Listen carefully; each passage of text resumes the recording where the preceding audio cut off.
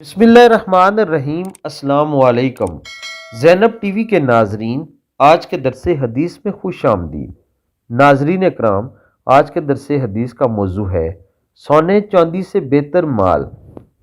جب یہ آیت اتری اور جو لوگ سونا چاندی جمع کر کے رکھتے ہیں مگر اسے اللہ کی راہ میں خرچ نہیں کرتے تو آپ انہیں دردناک عذاب کی خوشخبری سنا دیجئے۔ سورہ توبہ آیت نمبر 34۔ تو صحابہ نے کہا سونے چاندی کی تو مذمت آ گئی، کاش ہمیں اس سے بہتر مال کا علم ہو جاتا تاکہ ہم وہی اپناتے۔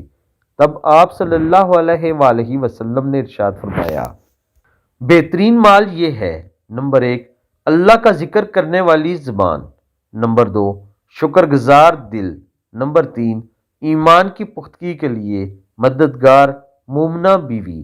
جامعہ ترمذی۔ ناظرین اکرام، مفہوم حدیث یہ ہے، کسی بھی انسان کے پاس سب سے بہترین مال جو ہے وہ یہ ہے کہ اس کی زبان اللہ تعالیٰ کے ذکر سے لبریز ہو، ہر وقت ہر لمحہ اس کی زبان پر اللہ تعالیٰ کا ذکر جاری ہو۔ اس کے ساتھ ساتھ چاہے حالات کیسے بھی کیوں نہ ہوں، اس کا دل اللہ تعالیٰ کے شکر سے بھرا ہوا ہو، ہر وقت اللہ کا شکر ادا کرتا ہو۔